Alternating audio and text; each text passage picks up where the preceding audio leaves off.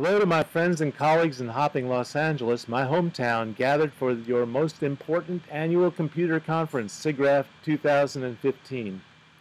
And thanks to VR champion Jacki Morie for inviting me to join you. On a family vacation, I'm speaking to you from Encinitas, California, a cozy little surf town that time forgot. Nearly 30 years ago, in 1988, I experienced my first digitally induced virtual world.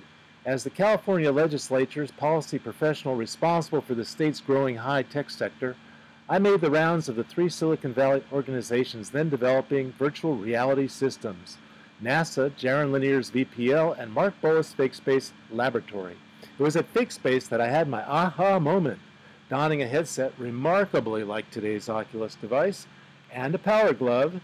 Suddenly I was standing on an endless elevator, a simple animation produced by vector-generated stairs that apparently moved upward, one by one, and me along with them.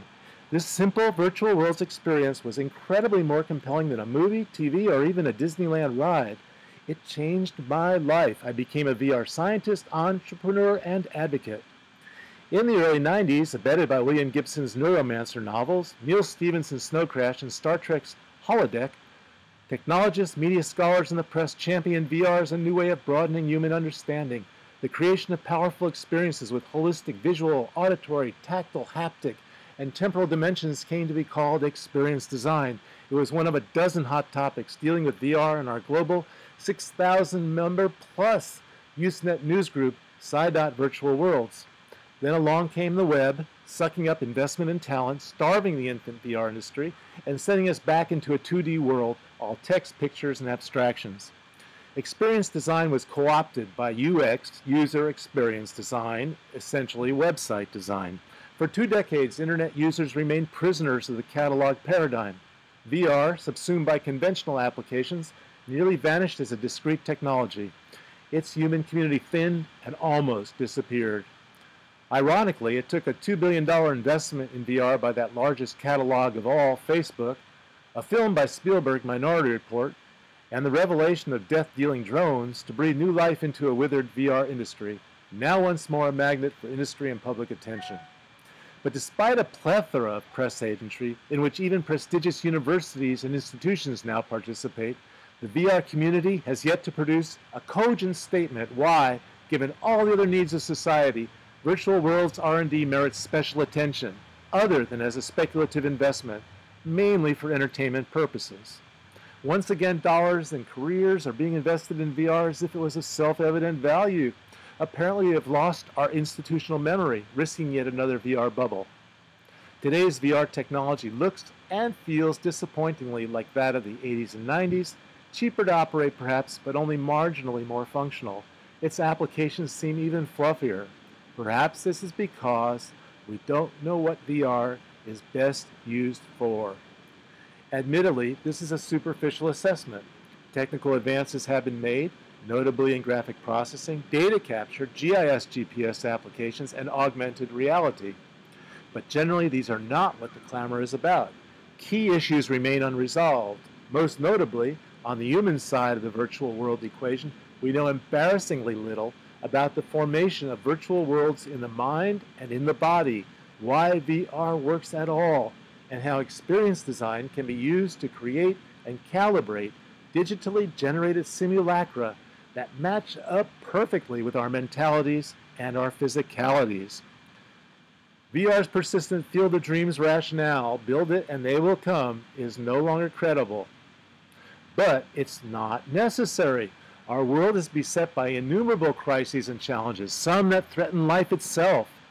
People's ability to effectively propose positive visions of the future and to collaboratively realize the best of those visions, sustainable resilient habitats, productive equitable economies, edifying lifestyles, and perhaps even a peaceful planet, depend on widespread awareness, knowledge, and experience shared across barriers of space, time, language, and culture. VR-endowed systems designed or repurposed to enhance popular engagement and government and corporate responsibility and responsiveness can do this. They can become the powerful media that we require, unprecedented solutions to meet unprecedented challenges. And in the process of meeting these challenges, we can and will forge a mandate for our industry and our community's success. Let's make it so. Thanks a lot for listening, and have a really great conference. After that, in '92, the virtual reality work was actually part of the art show as performance and interactivity. And then '93, we did machine cultures. And then in '94, I was fortunate to co-chair The Edge, which was another thing that had a lot of emerging technology, but also a lot of VR. Myron Kruger was doing stuff there and a number of other people. And then, ever since then, Siggraph has had the emerging technologies to be able to bring this kind of technology to people, let them go in and actually do this themselves. So that's a little bit about Siggraph as the original VR meetup, and now we're going to really kind of find out how our panelists and think about Siggraph and its role, what happened to VR, and then some stories of their own. And I'm going to turn it over to Greg to lead this section. Okay. Go, Greg. What's your first lead question? The first lead question. What made Siggraph and VR great together, and what caused them to fade? Those are the two questions. Oh, okay. Well, let's see what you want to say. Yeah. So what made Siggraph and VR great together? Well, Siggraph was all about the collaboration of computer graphics scientists trying to push the state of the art in rendering and in performance and in model building and all the other technical issues that were required to eventually reach the holy grail of photorealism. And when virtual reality started coming along, it kind of shifted the gears of Siggraph a little bit towards interactivity and participatory media creation on the fly.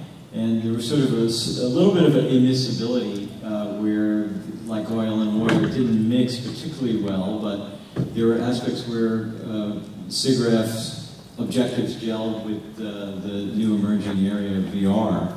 And I think what happened is VR really got everybody really quite excited. It was a little bit distracting from the Siggraph that everybody knew for a long period of time.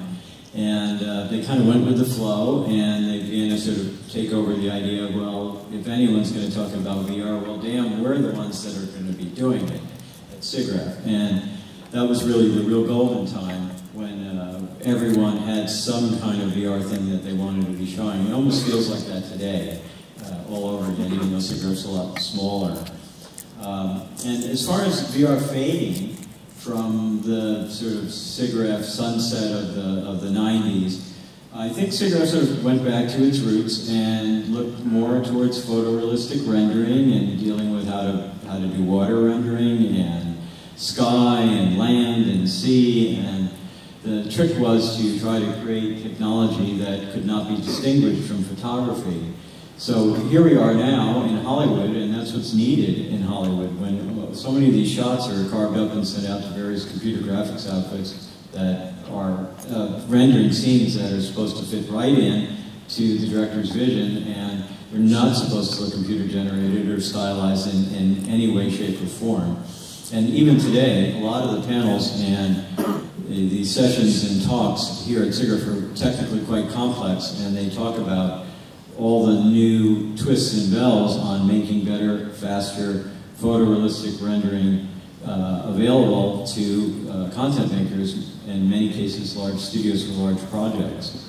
But, you know, along with it come all the great interactive areas that Siggraph explored over the years, and it proves that the sustainability of real-time, computer-generated imagery that can be interacted with and can be rapidly developed and inhabited and explored and experienced is just as much a part of the realism aspect of Siggraph. So we find everybody here today, and most of the people that I know in the recent VR movement, we're here at Siggraph floating around, and we're really quite excited.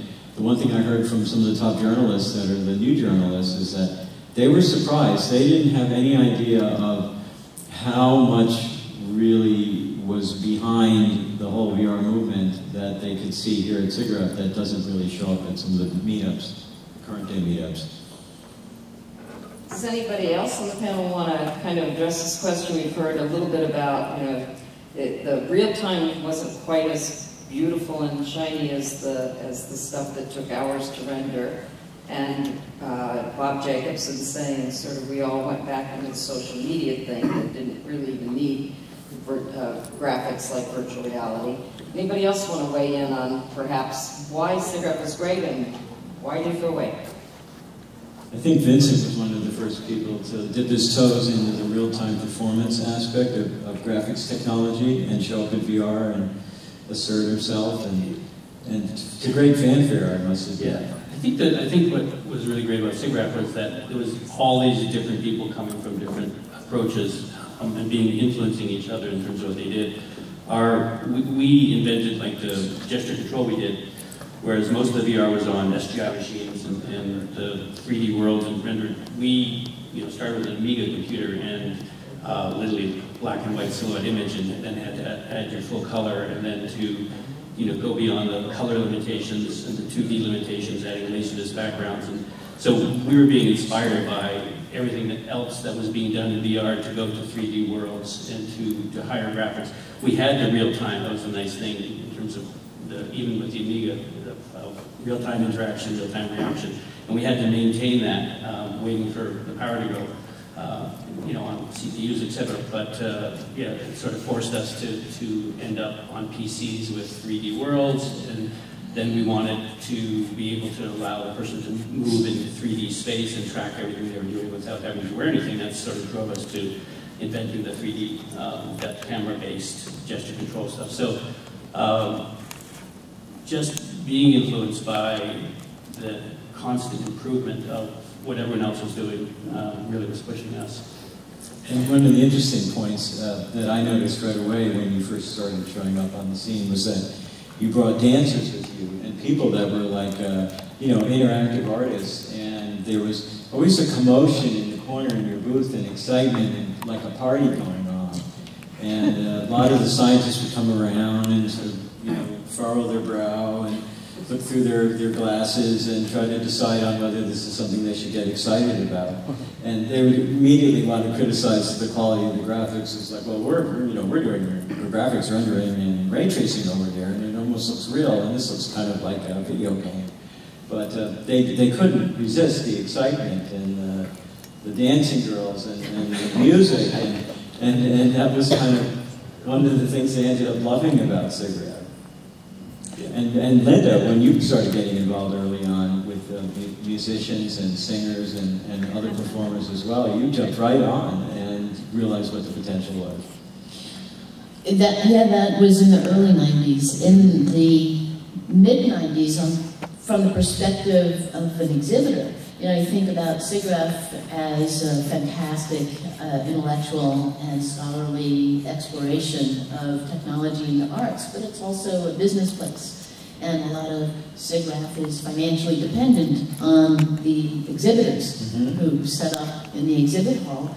And the exhibitors are all about bringing people into the booth. And in the early and mid-90s, the way you brought people into the booth was by creating interactive, consumer-directed, really cool real-time exhibits. But by the late 90s and early 2000s, that was no longer cool and groovy. Back to suits and ties.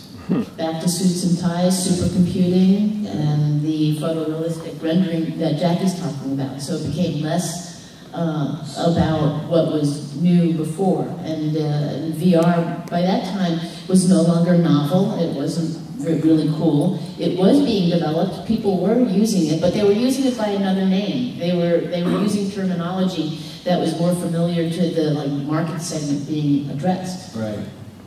And I think it was interesting when Silicon Graphics hired you to be their evangelist. And Silicon Graphics, by the way, was the 800-pound gorilla of Siggraph for a long time. And they had a lot of initiatives underway, scientific and Hollywood rendering based. But when they hired Linda, they got more than they bargained for. She fought hard for interactive entertainment and try to mix it up and make it interesting and fun and exciting and social. And I was wondering, you know, gee, how long is she going to last at this before they give her walking papers? Because it wasn't the suit and tie, sell, you know, X number of systems to the military situation. She eventually learned to talk the walk and speak the language, but I think her passion was certainly with the artful nature of computer graphics and performance all along, and still is, right? But you're right, that Siggraph inspired me and a lot of people to learn about neuroscience, you know, to be able to talk the talk and to flap the wings. A lot of us were invited into the scientific community through a side door. And so it's a much larger concept than I think people think of it in the context of its, you know, technological expressions. And so I don't think you can look at the world now and think that it's not incredibly different in terms of how we relate with each other because of this idea of virtual experience and devices. Great, thanks. We're all virtual and real. And I'm at this conference virtually. Thank goodness for this technology. That wouldn't have happened back then, and this is free, what we're doing. I mean, this is, you know, so we have a lot more expression of and ability to be virtual now than ever before, and I think there's a whole group of people that do that almost more than reality, and I think that would be an increasing trend. Cool. Noni, did you want to jump in on this question of, you know, did VR ever go away? I'm just, you know, I was just curious about some of the way that the same tricks are still successful. Like when we talk about the Mel Slater piece where you had to cross just a, you know, it looked like a dark chasm below you, right? Just crossing that. The pit room. Yeah. The pit room. The pit room. And the pit room technique is still one of the best in VR, right? So back then they'd already discovered one of the key bodily tricks, right? So anyway, so I was really addressing that and talking about, like, wanted you guys to talk to me about what that was like, because I wasn't there, right? Brett's first movie was called The Dead Pit, by the way. Zombies all eating each other. That. Just brain-crunching fun. Yeah. How does the zombie find his way out of the dead pit? He eats his way up to the top. Ow. So, Brett, I think, you know, since we've got you here, it might be interesting to talk about the film Lawnmower Man and your perspective on what that, how that affected the field of virtual reality, because it was quite the film.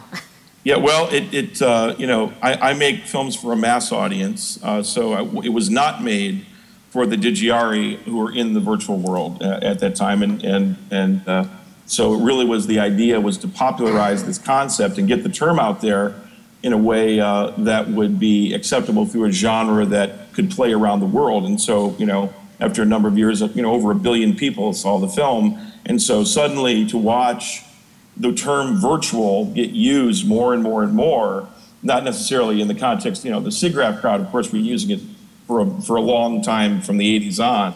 But, you know, just that idea and watching that go out there and traveling the world and seeing how the idea of that story affecting people. And then, of course, Alex McDowell was our production designer on Lawnmower Man, and that was his first feature film, and he went on to design Minority Report.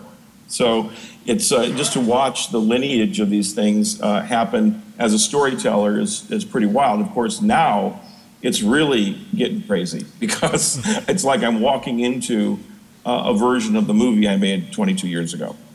Well, that's interesting. Did you ever think about doing it with a more positive ending? I think it's a great positive ending. Joe survives mortality and all the phones ring. So, which is actually directly ripped off from Arthur C. Clarke's Dial F for Frankenstein short story.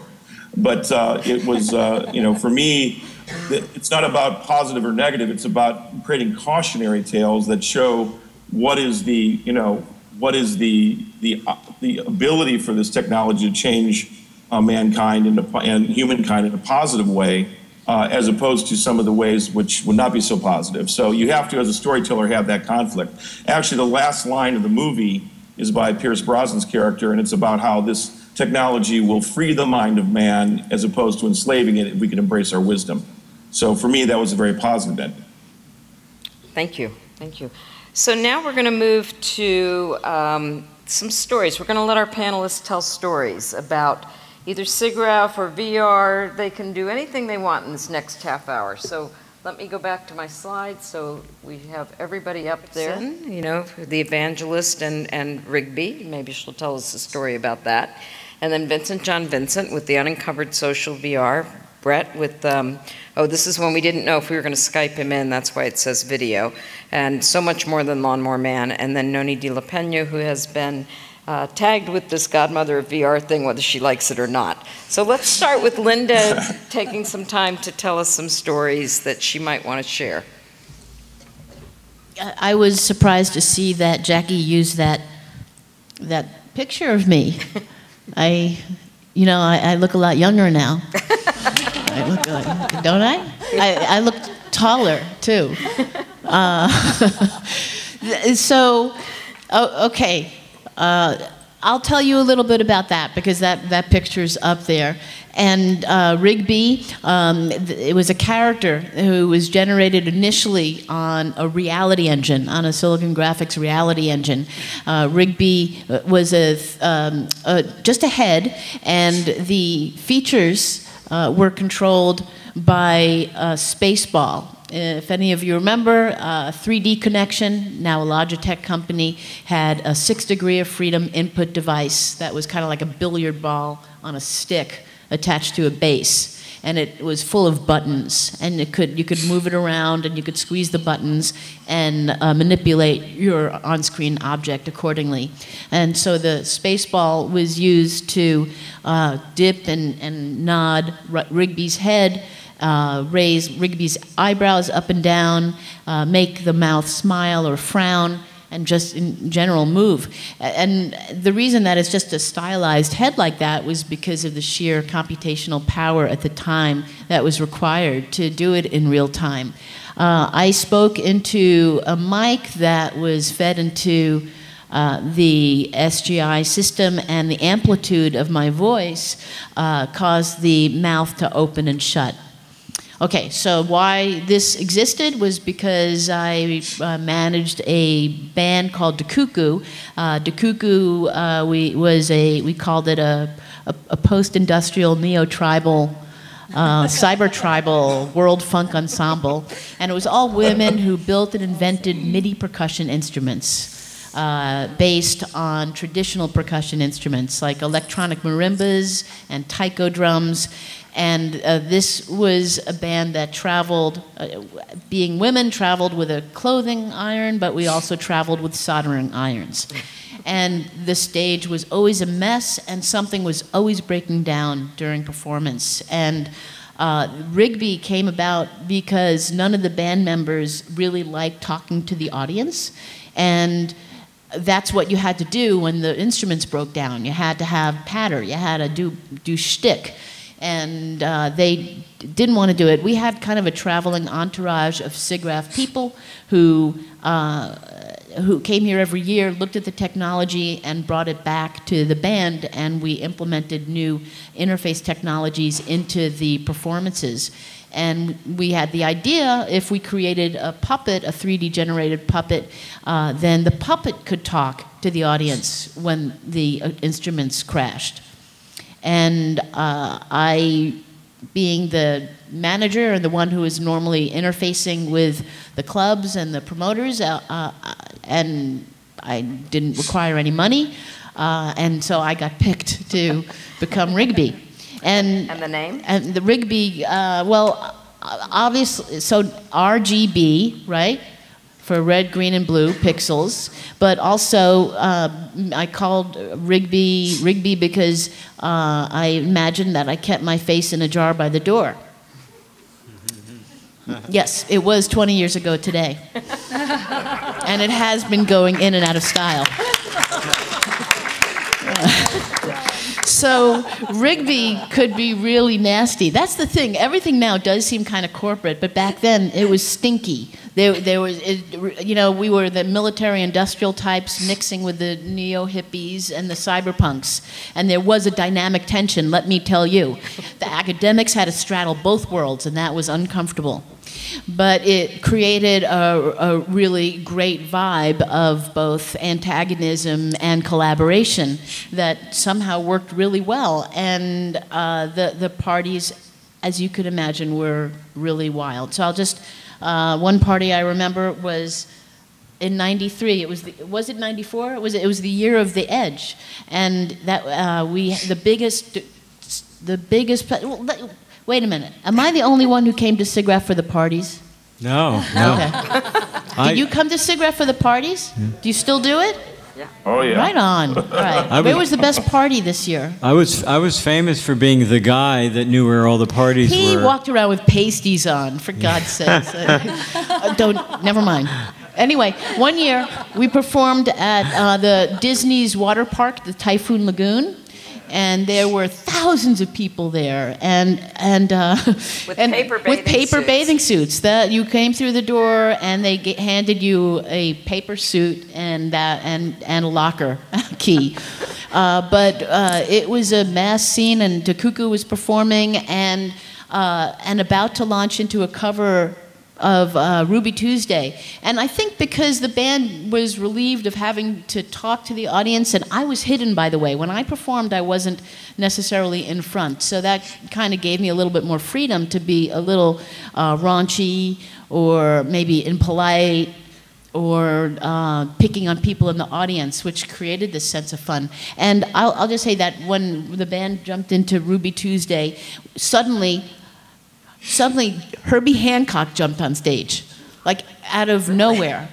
Herbie Hancock jumped on stage, and our eyes all bulged out because he was wearing nothing but an embroidered vest and a Speedo, a teeny tiny little Speedo. And he joined in with the band and invited Rigby to sing along, and it was amazing. Of that? Man, I'd love to see a picture of that. Okay, we'll post the picture of that. I'll tweet a picture of that. Anyway, I might have video too. Yeah, that we may have video. Yeah. I don't know. There was that I think that I just really have loved Siggraph, and I want to thank you for allowing us to reminisce. Older people have more parts of the brain light up than younger people when we reminisce. So I've got a lot of oxygen flowing to my hippocampus right now. It's your turn.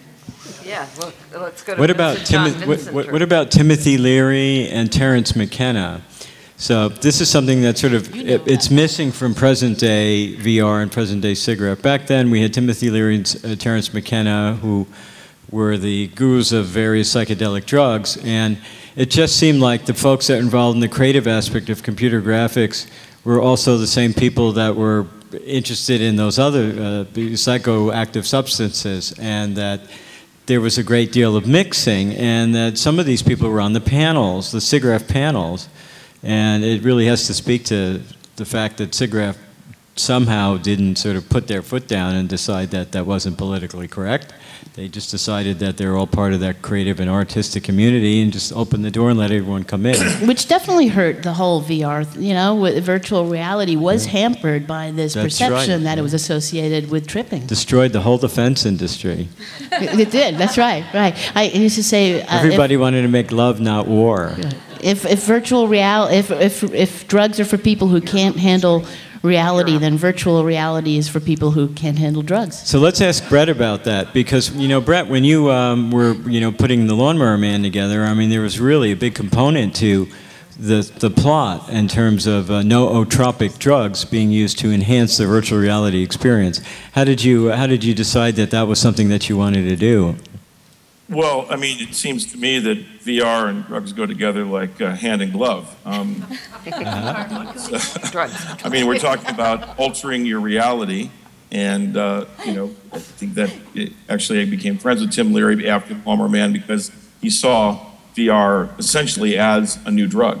And in a lot of ways, I believe that's true. And there are all the cautionary tales you can talk about in relation to, you know, altering your consciousness, both from a positive and a negative standpoint, apply as well. But I remember one of the stories, I remember going to this great thing called the 24-hour Cyberthon, which was in 89 or 90, I can't remember which one. It was very early, the same time that Siggraph started to have, you know, a perception of VR. And everyone was there, and the whole idea was to stay up for 24 hours, do as many drugs as you possibly could, and do as much virtual reality as you could. And there was it was really a great crucible of taking that idea of the, the parties that have happened around this that you were talking about just a bit ago, and also combining it with the technological experience. And out of that, Cyberthon really came the ideas for Lawnmower Man. That literally was the birthplace for it. How many people here were in the Siggraph Cyberthon? And kind of learning more about the reality of where the technology was became another component. Brett, we're trying to see if any of the audience We're taking at a poll. that thing. How many people went to the original Cyberthon? Yeah. I don't think so. Ron anybody's Reisman, around from that. So Linda definitely works for NASA, by the way. Okay, go ahead. It was an amazing historic time. It was a great time. Robin Williams was there. Yeah. One of the things, he was there for like a huge part of the night. So it was an incredible, countercultural and yet technological cultural mix that is somewhat more common today, but was kind of new then. So, and then, I think, looking at stories about VR, it's great to reminisce, and I have a million of those kinds of things, but instead of boring you with that, I think it's important for us to look at what the story of VR we want it to become. Because how many people could have predicted what the internal combustion engine would, how it would change everything, would lead to the experience you're all going to have tonight when you get back on the freeways there in LA. What are those aspects of VR? Because VR is, the stakes are high. And as a storyteller, I think it's important for us to really explore the story of what we want this to become, to be intentional about it, to create something with virtual reality and the experience of it that connects us greater as, intimate human beings, as opposed to alienating us into worlds of our own creation. And that to me is the interesting fodder as a storyteller that I'd like to continue to tell stories about, because I think the stakes are very high for the very nature of the human soul with this technology. And people have poo-pooed that about earlier technologies, and look what's happened with those. So we need to continue to tell cautionary tales and yet create a positive view of what it is. For me, one of the most extreme interactive media VR experience I ever had was without technology, when I experienced in the Australian outback something called corroboree with the Australian Aboriginal people. And it was such an immersive experience, and it was such a positive way of portraying their ethos amongst all these different clans. For me, VR is more about tribal ritual than it is about traditional narrative. And as a new medium, I think looking at those kinds of structures and mechanisms could really pay great dividends. So as a storyteller, the fun part is that this is going to be a totally new era of being able to share intimacy through story with human beings. I think that's the positive aspect. Wow. Thank you. Vincent, you get to follow that. Yeah, I was just definitely along those lines. I think the thing about the early VR community, certainly the early Siggraph events with VR and all the other events that were going on, Cyberthon, et cetera, was, literally people were, for the first time, creating worlds, creating realities that were there as, teams of people. Obviously, we have books, we have movies, but people were creating these worlds, and no one had been, that idea of immersing ourselves into a world. And that, just that idea of what is reality, what are worlds, and what can be created, really created the community. I just remember that there was so many different people attracted to it, with so many different perspectives as to what could happen and what you could use these worlds or realities for. And definitely lots of people with cautionary tales, lots of people with positive ideas, lots of different perspectives, and that was all being mixed together.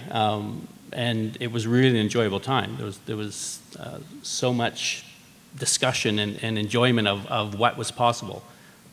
We didn't have 3D video games and the kind of experiences we have now. So to this virtual reality wave, there's so much that's already been created in terms of 3D worlds, but back then it was just the start. Bringing back the idea of the Cyberthon, it was one of the first curated sort of experiences like that. The TED conference has become very successful at very carefully curating art and science and social good and popular things that are on the mindfulness scale. And it was interesting how the Cyberthon was sort of a real sort of tech-slanted aspect at an attempt to do that, and it really, really worked well. and wasn't really duplicated very much more after that. No. It all ran in a lot of different directions. Question I want for Noni is when we were out to dinner the other night and we were chatting, Noni revealed to us how she got interested in VR and in Siggraph in particular. How she felt like when she was exposed to Siggraph that she had discovered something fantastic that she really wanted in on, and had her own journey in this area. And we didn't know that. I wasn't really sure where Noni came from. I know she had a journalism degree like I do, and decided she wanted to innovate in that field. But apparently there's a story that even goes back even deeper that's very personal, if you wanted to share some of that. It's pretty simple, but first off, I look at this panel and go, how did I get here? Like, somebody pinched me, man, right? I'm sure you're all going, what is she doing up there? Because the truth of the matter is, I was not on the inside of Siggraph, I was on the outside. And I had quit Newsweek magazine, and I was trying to figure out how to do visual stuff, and I had read the Howard Rheingold book, and I knew I wanted to do VR, but I had been teaching myself, I could TRS 80, and I was teaching myself to code, but I didn't know how to get in. And there was Siggraph, I was living back in my mom's house, and Siggraph was like the shining thing on the hill, and it was so expensive, and I didn't have any money, and I didn't have any company, and I didn't have a university, and I didn't get to go. And for all these years, I dreamed, Siggraph has been always that shining thing on the hill. And now she's a speaker. And now I'm a speaker. I was saying to him, I nearly started crying the other day because it was like, how did I get here? Like, this dream came true. Like, through virtual reality, I'm making virtual reality. Like, the dream, 2-decade-long dream. Yeah, well, you got here by doing something that very few people have done, which is to break new ground using these tools. So anyway, that's partly my Siggraph story. It's just, always these pioneers who I so admired and respected and completely tracked their work. And then finally I got to weasel into Mel Slater's lab in Barcelona, and that was it. So that's my personal journey. Again, pinch me. We're happy that Siggraph welcomed you in at last. And I think that is something about Siggraph. Siggraph welcomes people in. So you've got ideas, you're one of us. So it's not an exclusive society. It may look like the shining thing up on the hill that nobody can reach, but you can reach it. You can come in, you can do something, and then you are one of the creators. You do get a little extra credit if you're an academic, doing serious research. You kind of get everybody's attention a lot quicker. I was thinking about, the Siggraph is so many things, kind of just like blind people describing the elephant, depending upon how you come at it. Mm-hmm. So my first years were as a journalist, exploring and covering the people doing stuff, and I learned over the course of the next few years at Siggraph that I am not my job. I am not my ego. And I learned that at Siggraph because after I became an exhibitor, not so many people wanted to talk to me. Mm-hmm. I had a different people perceive me. I don't mean me, but the role that you play in life. You could play many different roles here at Siggraph. And I think that's one of the compelling reasons to explore Siggraph. I think it was the pantsuit. I think this room should be the planning room for the next Cybertronic VR for next year, right here. This is the committee in this room for a 24-hour session. Yes, Cyberthon. That's a great idea. Let's go. Let's do another Cyberthon. I want to go. Red Bull, where are you? Red Bull. Red Bull. Out of time, and I do want to leave time for questions, but we're kind of, getting towards the end of this. And I want to say something. We're going to let Linda talk. There's a really big difference. A lot of us here happen to be born, like in the people up in the panel, born at a time when there were only 3 TV channels, and we all felt groovy, digging the same music. But a lot of the people coming up now, I think all were born after the year of the Mac. Or at least most of the people who are excited about VR now grew up digital. And I think for those of us who were embodied, this kind of resonates with some of the things Brett was saying.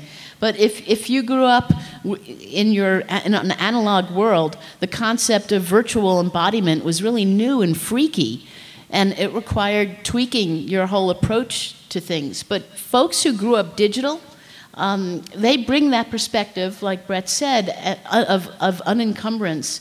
And you are the people who are going to develop the medium of VR. So I'm just really excited to be here looking at you because, you know, we still haven't seen the D.W. Griffith of VR or the Steve Jobs of VR. And VR is going to emerge from the digital, the grammar of VR is going to emerge from the digital generation. And I think it just might be one of you. I want to give a shout out to the afterlife, to my friend Dave Blackburn. Hey, Dave. Yeah. Dave Blackburn started the first virtual reality special interest group in Los Angeles. It was the VR meetup for LA. It had many, many, many meetings, and we taught together at various universities in the Learning Annex, and we introduced so many people to VR. And he's one of the first people to buy my virtual reality source book back in the late 80s when I had a galley copy. And I had no idea that he would absorb everything in that book and just run with it and make a world and a life out of it the way he did. And we lost him last year.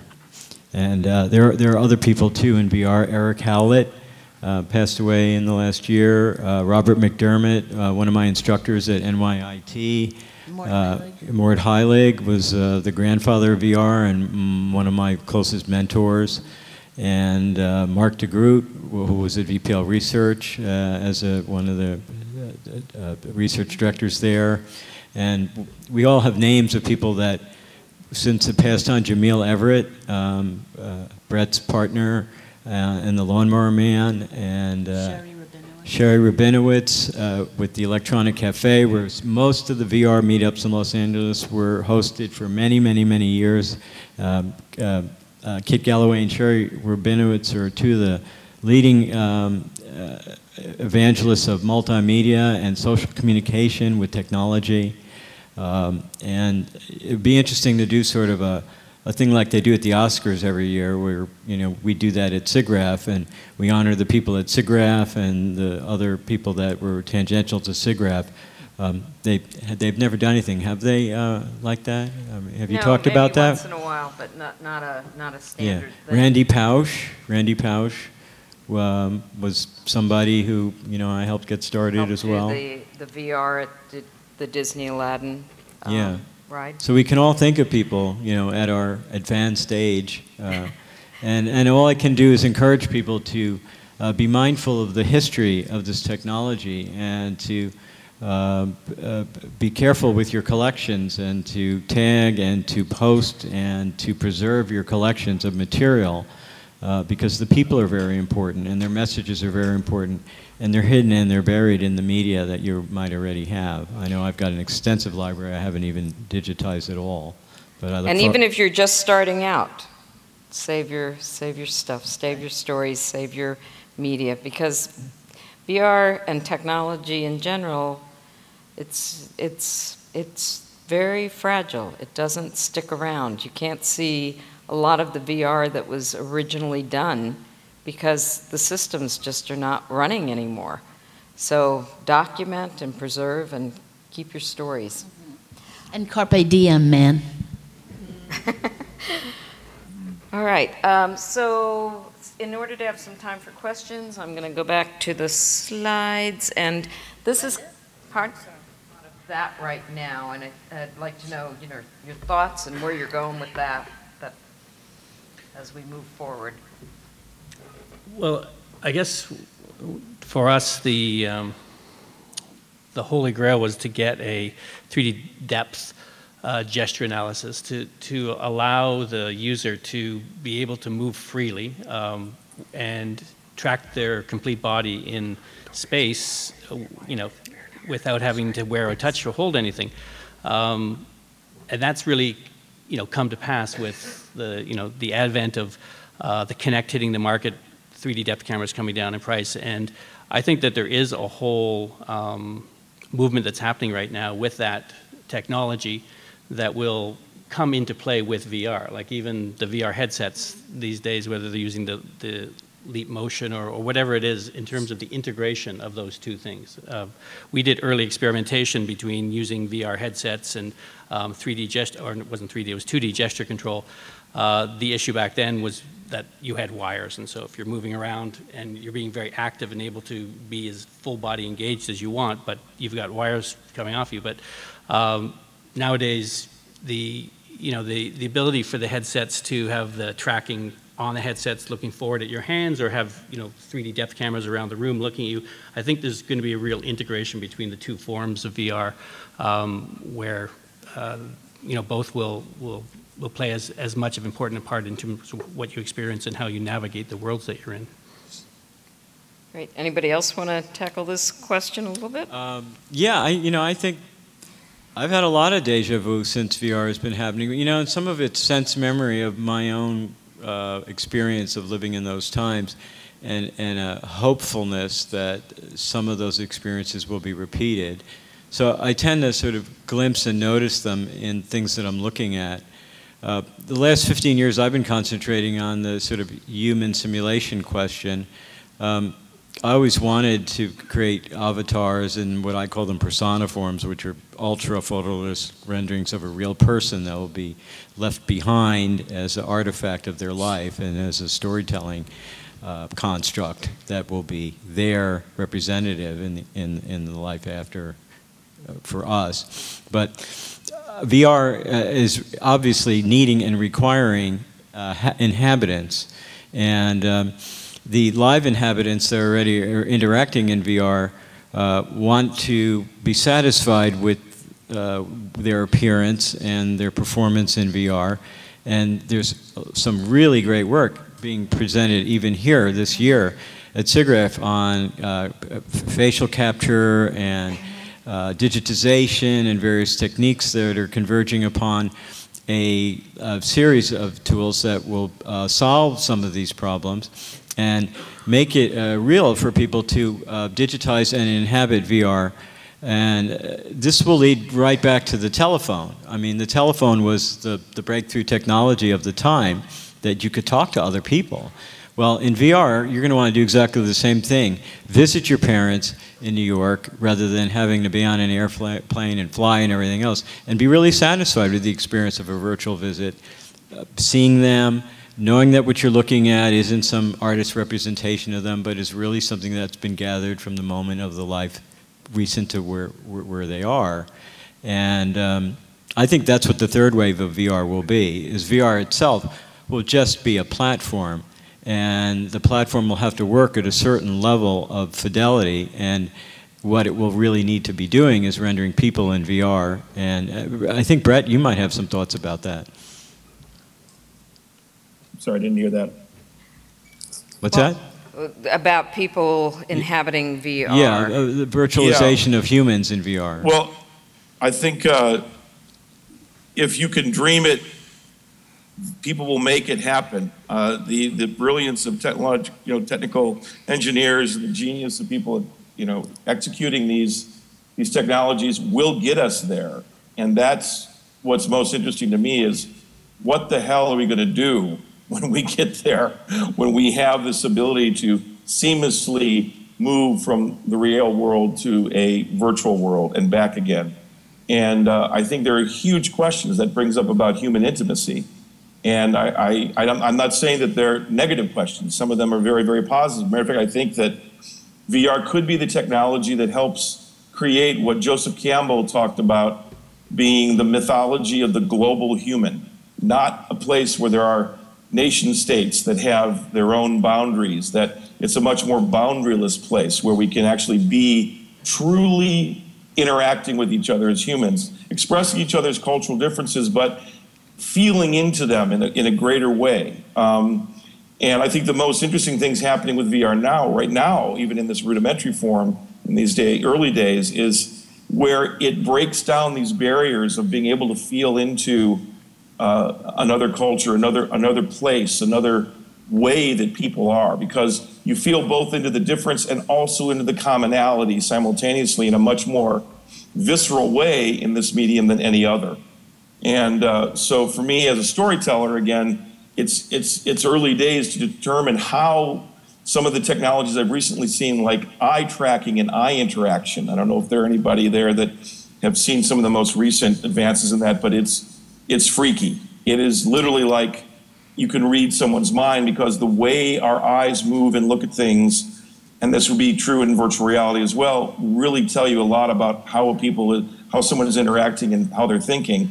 You combine that with AI character behavior, now you have an ability to truly interact intimately with virtual characters in a virtual environment.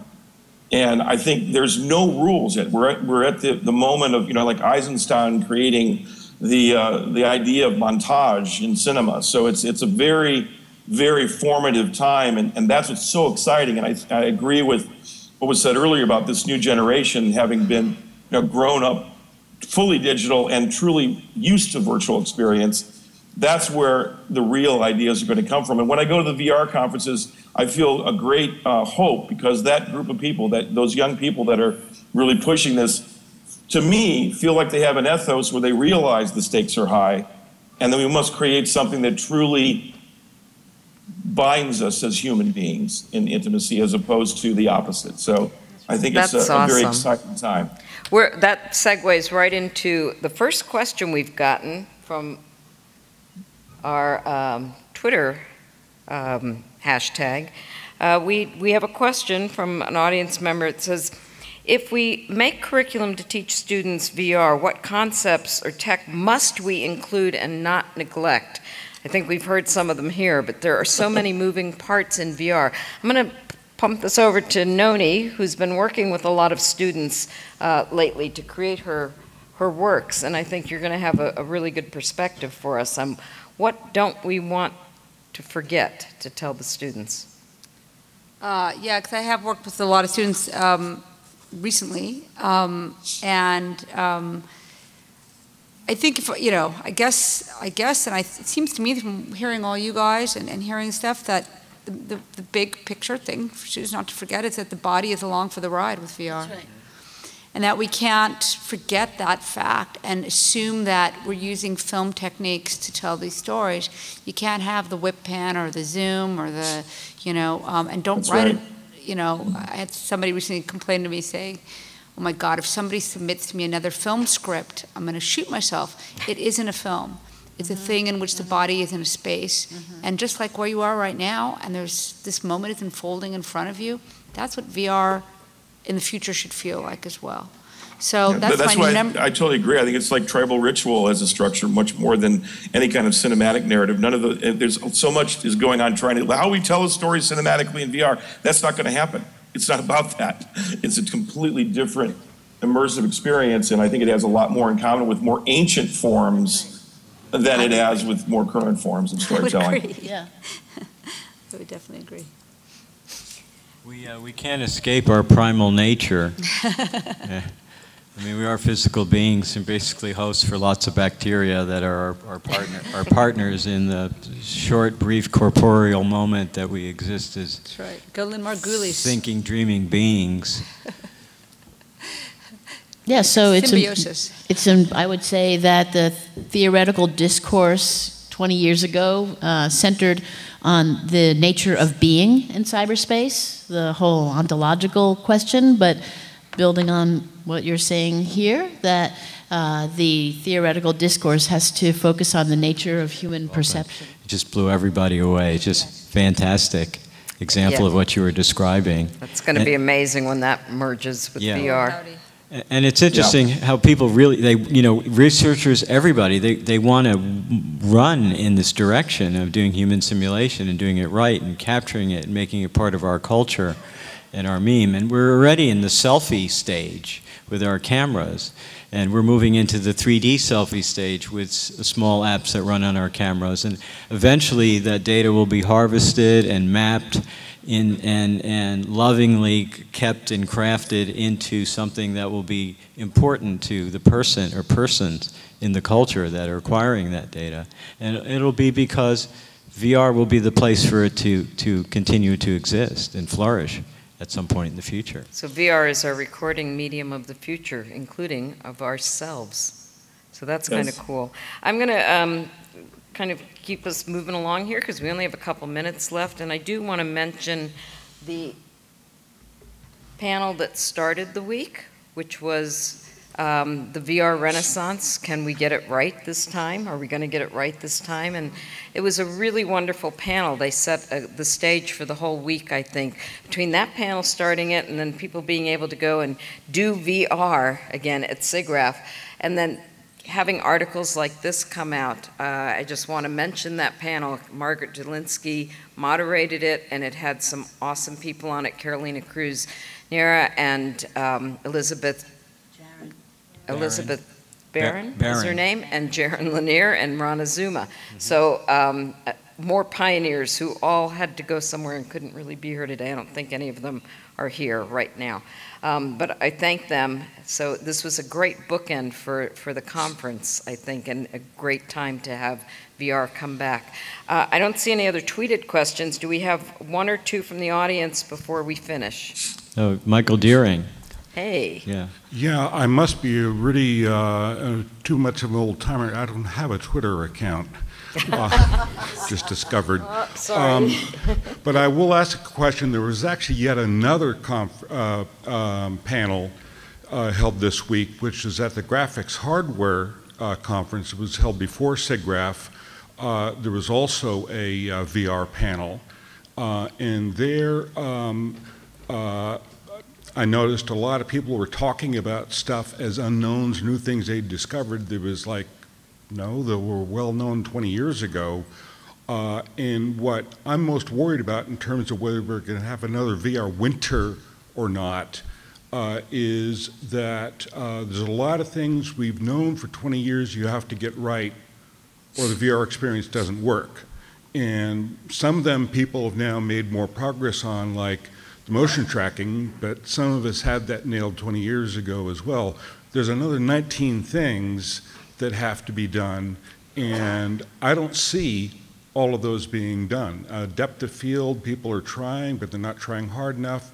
There's a number of things like that, and I just want to say there's a cautionary tale that we still have some way to go and see whether or not the panel has reactions to whether or not they see that people are trying hard enough.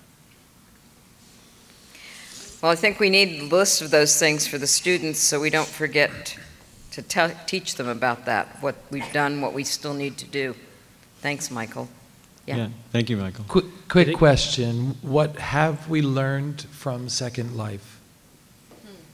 But have we learned so that's a great question. From Second Life? Since I do a lot of work in it, I will try to answer that. That this the third life?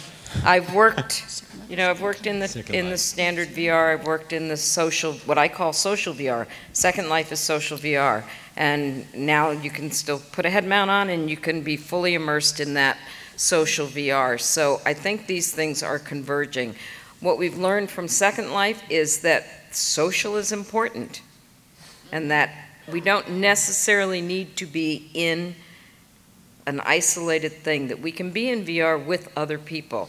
And that's where the future is. As Brett and everybody's been saying here, it's not just about being by yourself doing something. It's the tribe, it's the global human. So that's what I think Second Life can show us, and it's all converging. All right, one or two more questions? Hi, this is for Vincent, John Vincent. By the way, my husband says hi. Jim May worked with you at Vivid Group. I wanted to know, because you did the first gesture-based technology demo, I think, at Siggraph, but I don't remember what year was that. Well, I think Myron might have done the first one. Oh. But in terms of ours, I think it was I think it was actually 87 or 88, yeah. Yeah, I knew it was quite a while ago. All right, thanks. Yeah, I got this Bill Sherman from Indiana University. I have two quick things. The first one, maybe a little bit more pedantic. Hey, Linda. The first is to kind of a little bit of augmentation, no pun intended, of the history of VR at Siggraph. The first is, in '92, Michael Deering, who was just up here, had the portal, and it was in Chicago, and they had the cave and cave-like this. So the portal and the cave, both kind of similar displays that introduced a new kind of VR. Yep. And then in '94, down in, I think it was in Orlando, we had 3 caves down there with like 40 different VR experiences, just to kind of show that other side of the thing. Thank you for bringing that up, because I did totally forget it. I meant to mention it. The Vroom that year was amazing. Yeah. The Vroom. That's the what my shirt Vroom, says, and you've got your shirt. Yeah. Cool. So, and the other thing is, I wanted to kind of address the educators side of things. The phone VR, which Google has popularized and the Institute for Creative Technologies kind of instigated, is really the thing that excites me as a teacher of VR, because now all your students have a display that they can just use, and you can actually develop for it, and they can go home and try it out. They can show their friends. I was lucky enough to have caves when I was teaching VR in the 90s and the 2000s, and the students had access to those, but not everybody was that lucky, and so I think the phone stuff is really what excites me, more than maybe even the Oculus these days. Thank you. So we should put together a cardboard cave. Actually, I think of these mobile VRs as an SGI on your face. We tried the head-mounted cave. It didn't work. The other Second Life thing, though, for especially people considering startups, and is that we have to all consider how our companies are going to add value. How we're going to generate value and add value. And the big lesson learned from Second Life, in my perspective, is that people will pay money for virtual objects that they can't take out of Second Life. So that's something to think about as we continue our way into these worlds. It's an amazing phenomenon, because, and you don't have to store it or give it away later. I'm going to move us to the last virtual panelist we have, which is Brenda Laurel. And if you don't know who Brenda Laurel is, you definitely should Google her.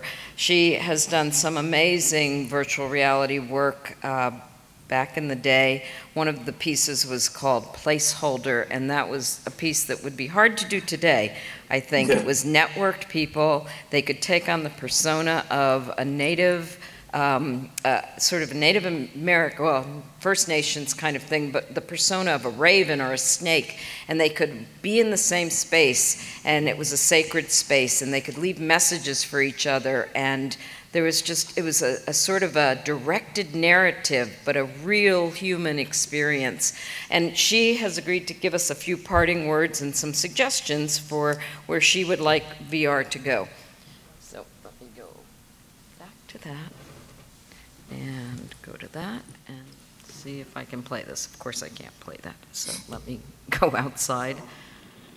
In the old days, we were all crash dummies because we could see what was out there beyond the capabilities of our technology. And we were building approximations of what we could see on primitive equipment that was just still too expensive for prime time.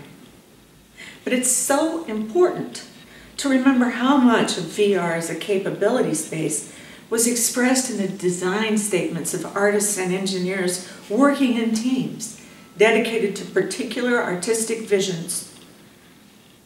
And they stretched those limits. As VR expanded from training into artistic investigations, the decade of the 90s was one of explosive innovation in the medium, led primarily by artists. We discovered, by following our visions, the essential experiential and design elements of immersion. We enabled people to reach across the ocean or to fly like a crow. We did not recreate Pac-Man or Space Invaders in VR. This efflorescence has quietly continued in universities, labs, and studios. The proof of the value of artists and innovation in VR is clear to anyone who knows the history of the medium.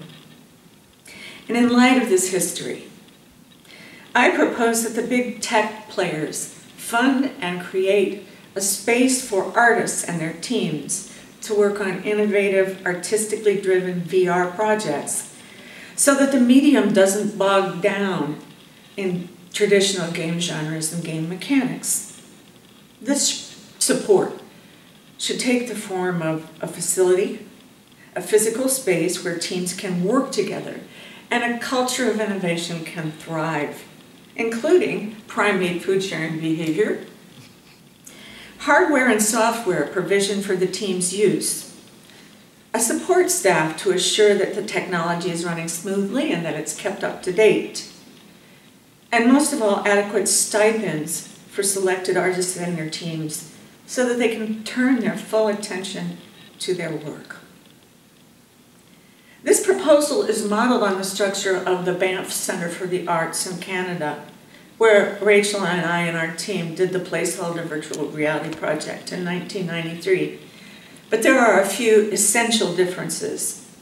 First, engineers associated with particular projects are an integral social and artistic part of the team. At Banff in the early 90s, engineers were provided by the center. For most projects, effective and dedicated teams could not coalesce, and the artists sort of played a walk-in role. We've all learned that real innovation takes a team of artists and engineers who share the same vision, but have very different skills. We were really fortunate to have the support not only of the Banff Center, but also of Interval Research, so that we could put together our own team. Second, intellectual property created by these teams should be open sourced so that all developers in the field can use them. I hope that this proposal is taken seriously. As one of the pioneers in VR, I am certain that doing so will clearly advance the state of the art. Brenda, where's the magic circle? It's here. It's right around here. All right. You're back, Brett. Yep, so that's our panel. Do we have what coming out? Well, I want to thank you all for being here and listening to these amazing stories. If you have stories, you have pictures, you can send them to either Panos at Morie at Siggraph.org or Morie at Siggraph.org. We'd love to have them. Greg has a flipboard that he has been putting together, which I can't quite get to right now, but just write one of us at our last names at Siggraph.org. Yeah, it's at personifoundation.org/earlyvr, and it'll take you right to the flipboard. And it's just fascinating. And Linda has her book up here, so there's all kinds of goodies you can look at up here. And again, thank you all. We're going to go out with listening to De Cuckoo. Right. By the way, I'm developing Lawnmower Man Reborn with these ideas we were talking about today, so look out for it. You heard it here. Woo, Brett, that's awesome. Thank you. Thank you, Brett.